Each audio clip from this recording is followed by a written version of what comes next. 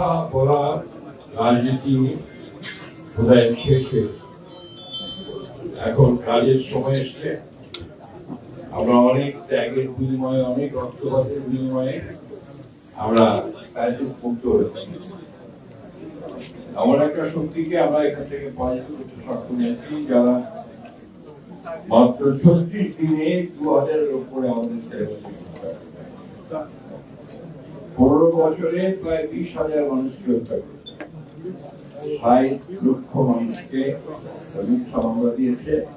আমাদের ইন্ডিয়ান তাদের সহ 1700 মানুষকে গুম করেছে। সেই হাসিনা তাদের শক্তি তারা দেশ ছেড়ে চলে গেছে। এখন যেটা আমাদের সামনে এসছে তা হচ্ছে এই শহীদ পরিবারের যে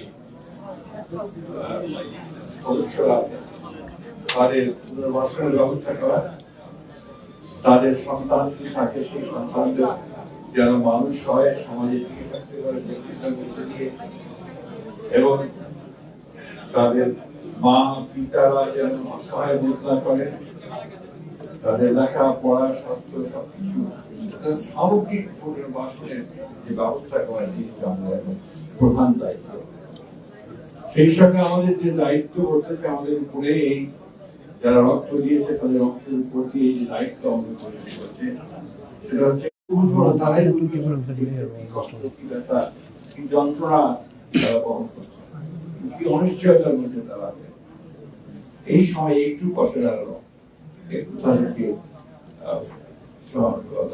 সহানুভূতির কথা বলা, তাদেরকে কিছু তারা পাশে দাঁড়ানোর চেষ্টা নেতার নির্দেশে আমরা বিশ্বাস করি একটা অর্থবহ জনগণের অংশগ্রহণের মধ্য দিয়ে সুন্দর নির্বাচনের মধ্য দিয়ে আমরা এমন একটা সরকার গঠন করতে পারবো, এই সরকার আমাদেরকে আমাদের সেই স্বপ্নের বাংলাদেশ, সেই বাংলাদেশের আমাদেরকে আসুন আমরা সবাই সেই লক্ষ্যে কাজ করি। বরং প্রণত মহান আল্লাহ তাআলার কাছে এই দোয়া চাই যে আল্লাহ তাআলা এই পরিবারগুলোকে রক্ষা করেন, তাদের পাশে তাদের সাহায্য করেন এবং তাদের সন্তানের মানুষ হতে পারে।